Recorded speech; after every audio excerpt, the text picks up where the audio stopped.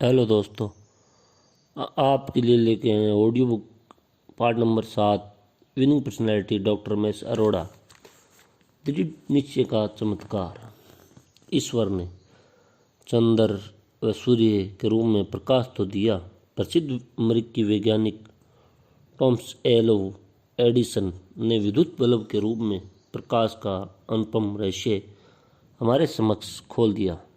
1879 में 10,000 प्रयोगों के फलस्वरूप एडिसन ने यह अद्भुत आविष्कार किया, किंतु उनकी धुन का कमाल तो देखने को मिला ड्राई सेल के आविष्कार में। 50,000 प्रयोगों के पश्चात इस अद्भुत आविष्कार को फलीभूत कर पाए। ख्याति प्राप्त विद्वान नेपोलियन हिल एक बार एडिसन का इंटरव्यू लेने पहुंचे।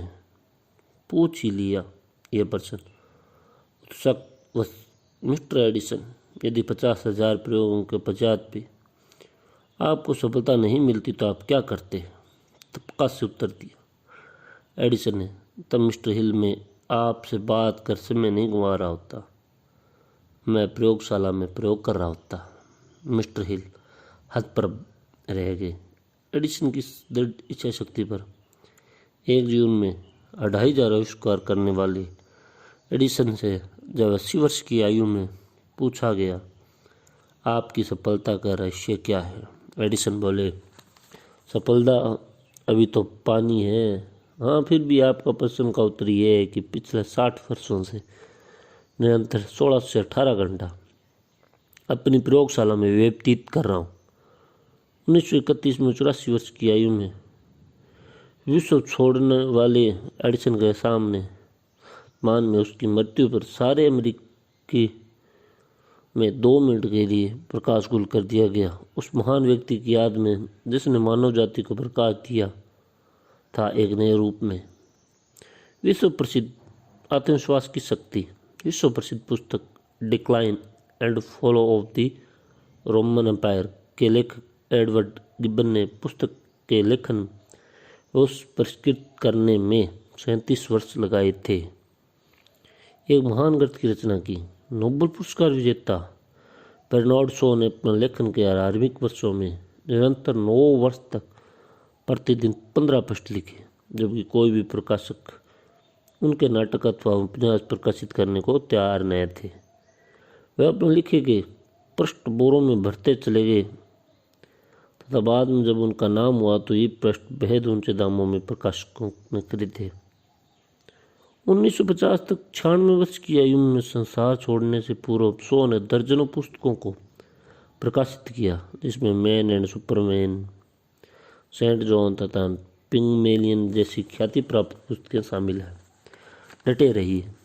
दृढ़ निश्चय वाला व्यक्ति कभी आसानी से हार नहीं मानता। जब तक हम प्रयत्न करना बंद नहीं कर देते तब तक कोई भी हार अंतिम नहीं होती। हम अपने लक्ष्यों की पूर्ति के लिए दृढ़ संकल्प एवं इच्छा शक्ति से अपने निर्धारित मार्ग पर निरंतर चलते रहना चाहिए। आइए देखें क्या है व्यवहारिक सीख इस संबंध में। नंबर 1, उमंग एवं कल्पना की उड़ान की सहायता से जीवन में ऊंचे लक्ष्यों को मस्तिष्क में संजोइए। इन लक्ष्यों को समय के खंडों में विभाजित कीजिए, अर्थात किस समय तक कौन सा लक्ष्य आप पूरा करना चाहते हैं उसे स्पष्ट कीजिए। अपनी शक्तियों व सीमाओं का मूल्यांकन करें। इन लक्ष्यों को यथार्थवादी बनाइए, किंतु साथ ही उन्हें चुनौतीपूर्ण भी बनाइए। बिना चुनौती के जीवन में कोई उमंग नहीं होती। कार्य का नियोजन कीजिए। समझदारी व तरकीब से अपने लक्ष्यों को योजनाबद्ध तरीके से पूरा करना आरंभ कीजिए। जब सफलता मिले तो और अधिक उत्साह से अपने काम में जुट जाइए और ऊंची उड़ान भरने के लिए अपने पंखों को फैलाइए। असफलता मिलने पर निराश भी मत होइए। विश्लेषण कीजिए कि गलती कहाँ व क्यों हुई। जो गलती नहीं करता वह कभी कुछ नहीं सीखता। लगातार कई बार विफलता के बाद भी डटे रहिए अपने पथ पर। स्वामी विवेकानंद के शब्द याद रखिए, 1000 बार गिरने पर भी एक बार फिर उठो। जब दुनिया से तो साथ ही साथ छोड़ दे। जब आशाएं पूरी ना हो तो निराश ना हो। आपकी आंतरिक शक्ति की परीक्षा तो तभी होगी।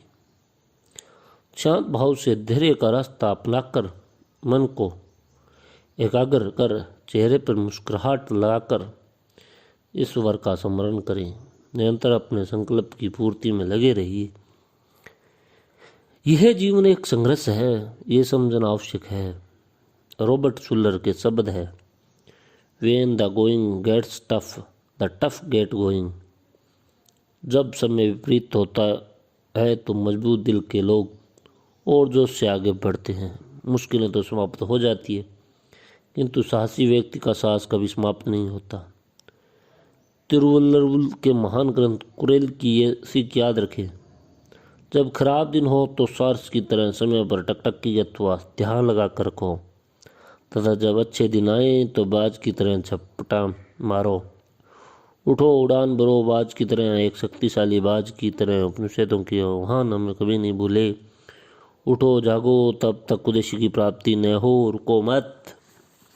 साहस की अतुल्य शक्ति। इंग्लैंड में वर्ष 1910 में एक बालक का जन्म हुआ। शीघ्र ही वह अपनी प्रखरता के लिए अपने विद्यालय मोहल्ले में जाने लगा। 1928 में 18 वर्षीय आयु में उसने ब्रिटिश शाही वायुसेना रॉयल एयरफोर्स में एक पायलट के रूप में प्रवेश किया। जब आज पायलट था वह हिम्मत वाला अनोखा पायलट जो तूफानी हवाई करतब दिखाने के लिए प्रसिद्ध हो चुका था। 1931 में एक दुर्भाग्यशाली दिन एक दुर्घटना घटी। 21 वर्ष इस पायलट के हवाई जहाज में आग लग गई। उड़ान के वक्त लगी ये आग बुझ नहीं पाई तथा उस पायलट का हवाई जहाज इंग्लैंड के एक हवाई अड्डे पर दुर्घटनाग्रस्त होकर गिर पड़ा। पायलट जख्मी हो गया, उसके दोनों पैर बुरी तरह जल गए। डॉक्टरों ने उसके दोनों पांव घुटने से भी ऊपर वाले हिस्से से काट दिए। महीनों गुजर गए, अंदर जख्म भर गए तथा रॉयल एयरफोर्स ने अपने इस पायलट को 2 कृत्रिम पांव लगवा दिए, वैसे ही जैसे जयपुर फुट होते हैं। नए पांव लगने के बाद बेडर अति प्रसन्न था। उन्हें लगाकर नाचने लगा, किंतु विकलांग होने के कारण उसे सेवानिवृत्ति रिटायर कर दिया गया।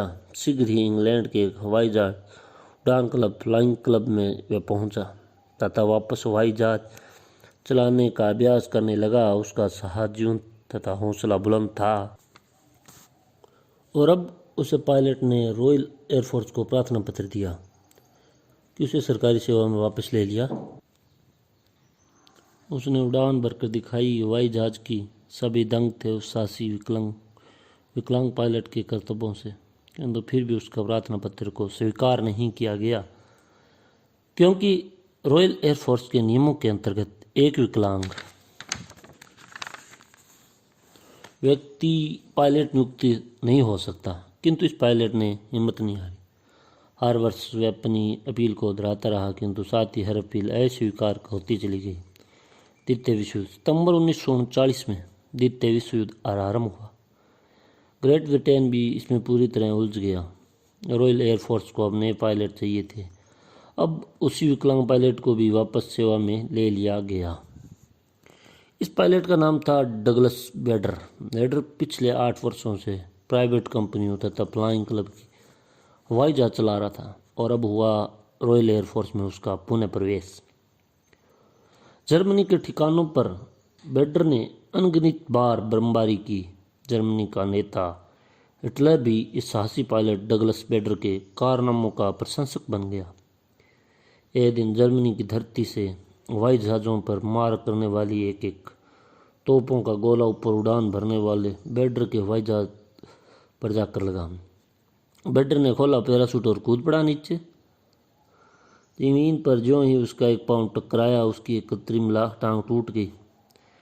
बेडर बंदी बना लिया गया, किंतु जर्मन सरकार ने रॉयल एयरफोर्स को बेडर की टूटी टांग का नाप भेजा तथा यह अनुमति दी कि एक नवीन कृत्रिम पांव लेकर एक ब्रिटिश जहाज जर्मन धरती पर उतर सकता है। बेडर पुनः अपनी टांग से चल सकता था, किंतु 1941 से 1945 के दौरान 4 वर्षों में बेडर जर्मनी में युद्ध बंदी की तरह रहा।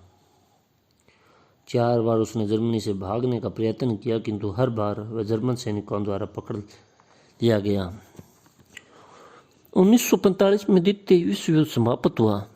युद्ध बंदियों की अदला बदली हुई। अब डगलस बैडर स्वदेश लौट रहा था।